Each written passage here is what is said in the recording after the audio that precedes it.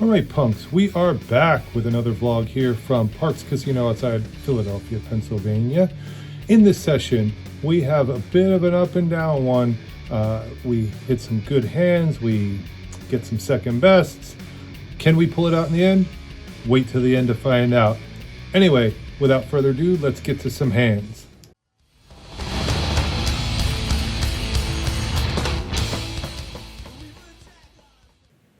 We sit down and get into this session, and we are recognized by Vince from Vlog 14.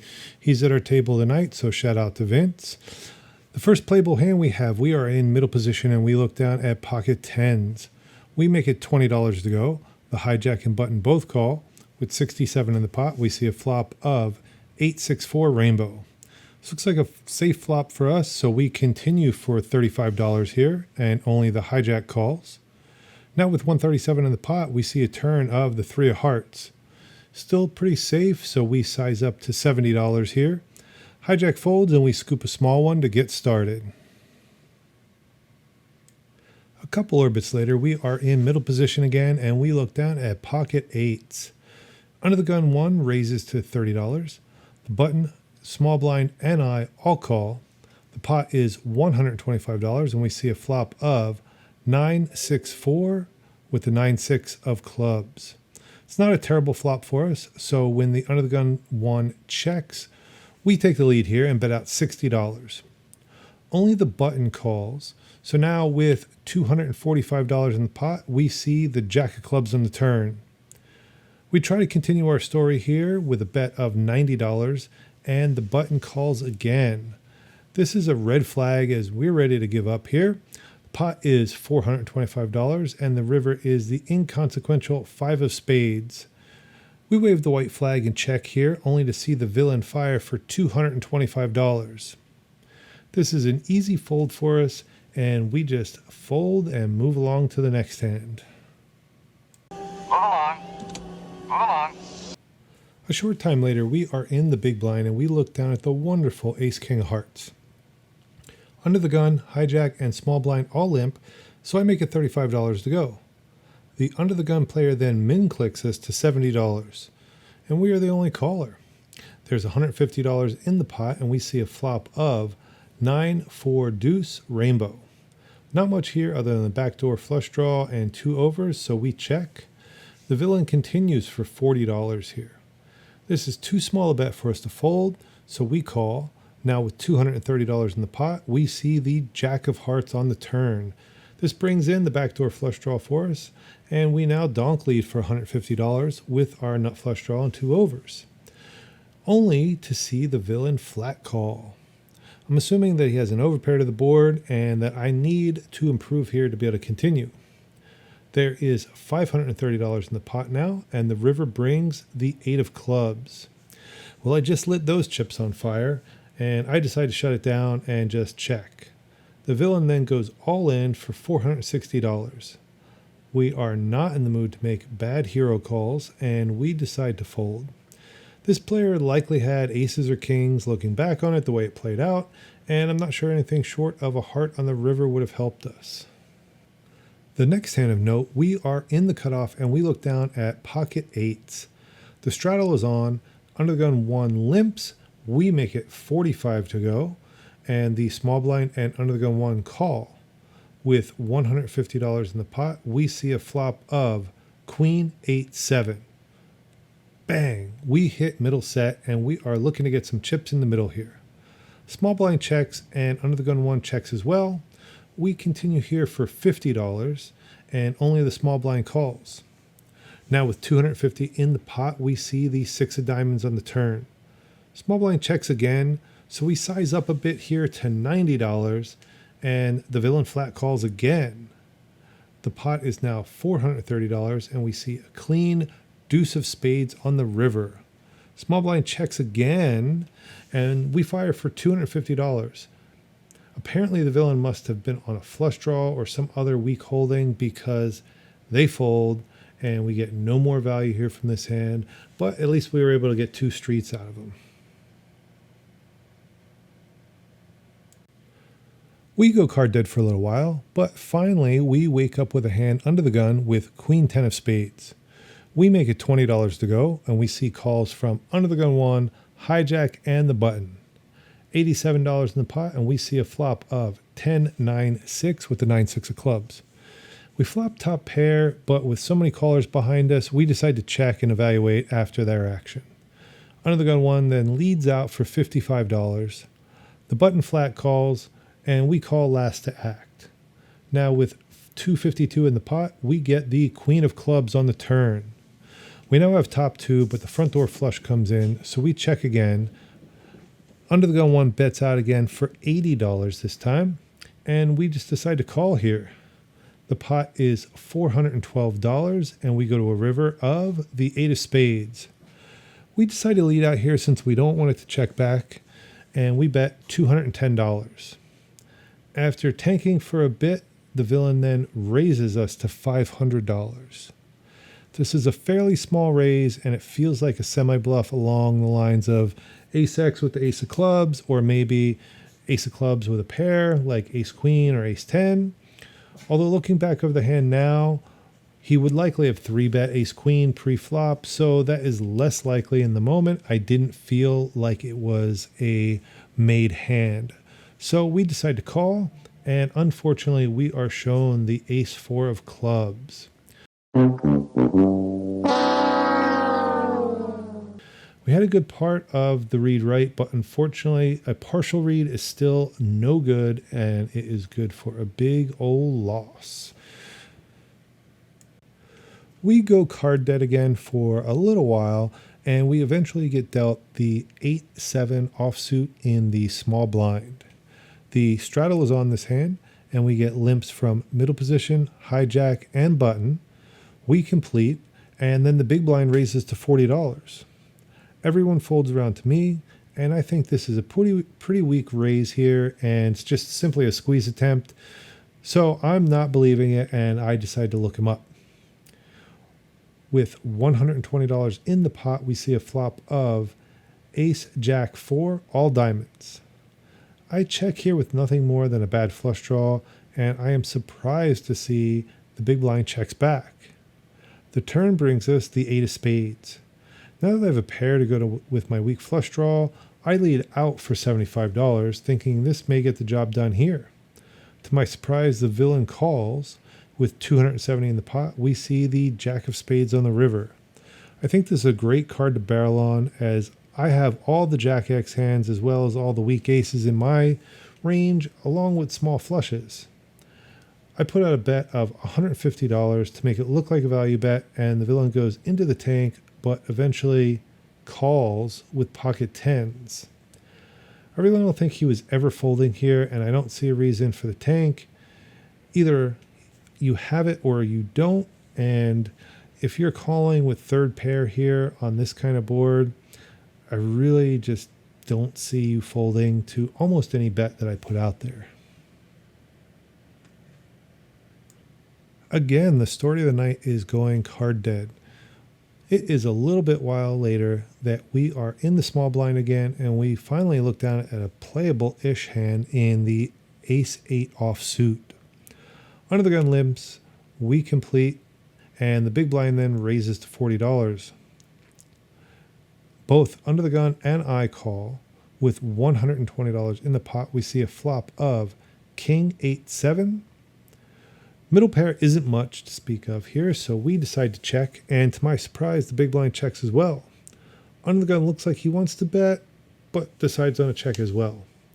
The turn brings us the ace of spades.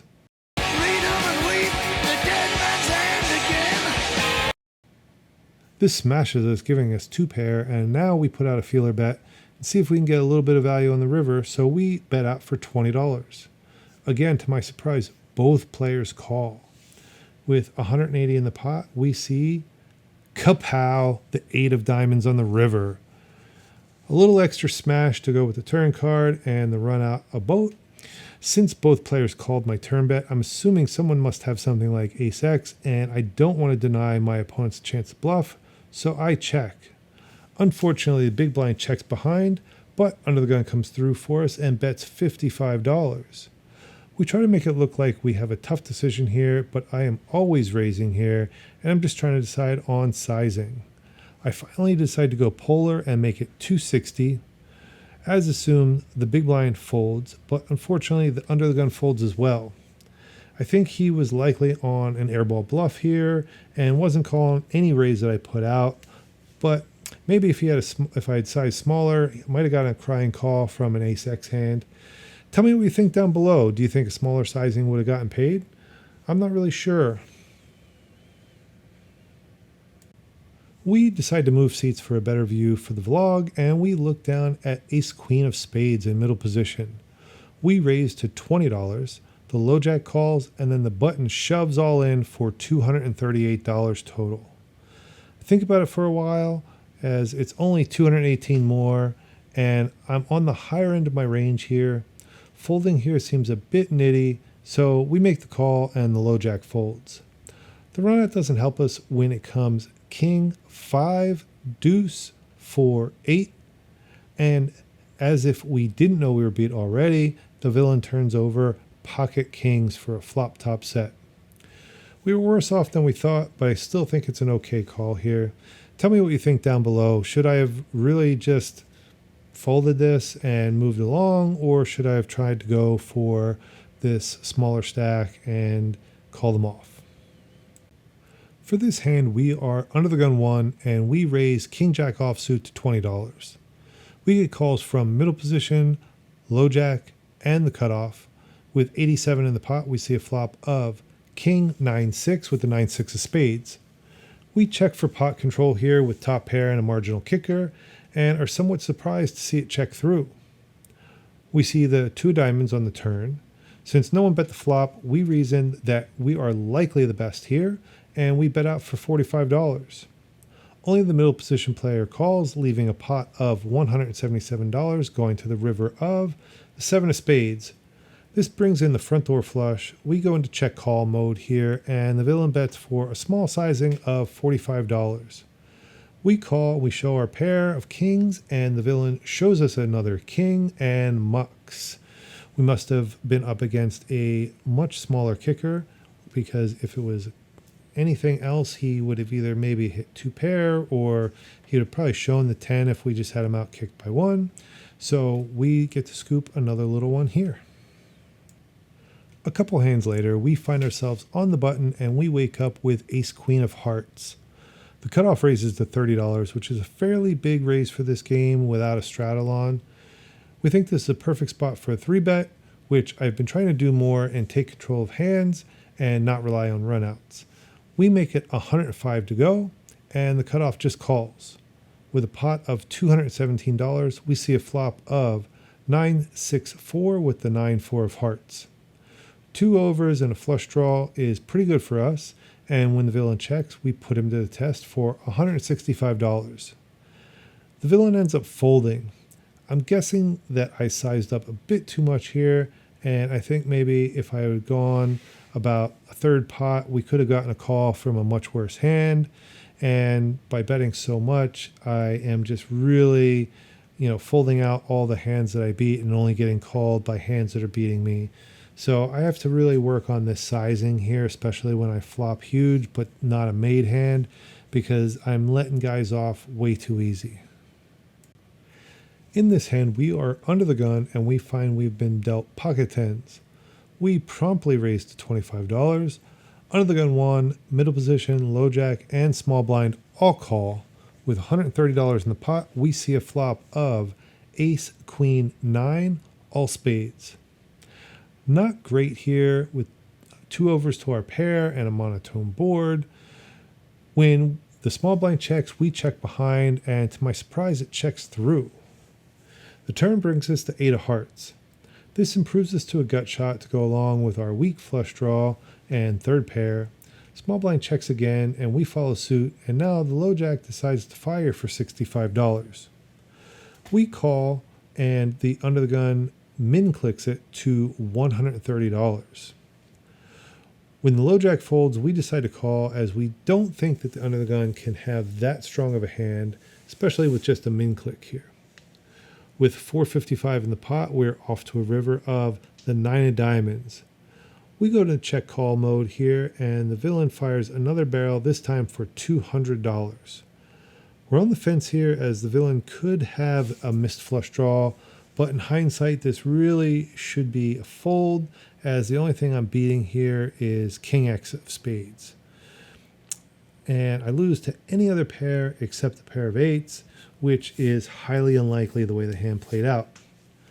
Unfortunately for me, I end up calling, only to be shown the bad news when the villain takes me to Value Town with Queen 6. I realize that this is an awful pre-flop call from the under the gun raise, but with all of that being said, it is equally a bad mistake on my part to call this river, because I'm really not beating anything here, and I am purely bluff catching, and not even bluff catching with that strong a hand. Our last hand of the evening, we find ourselves on the button with a paltry 5-6 offsuit.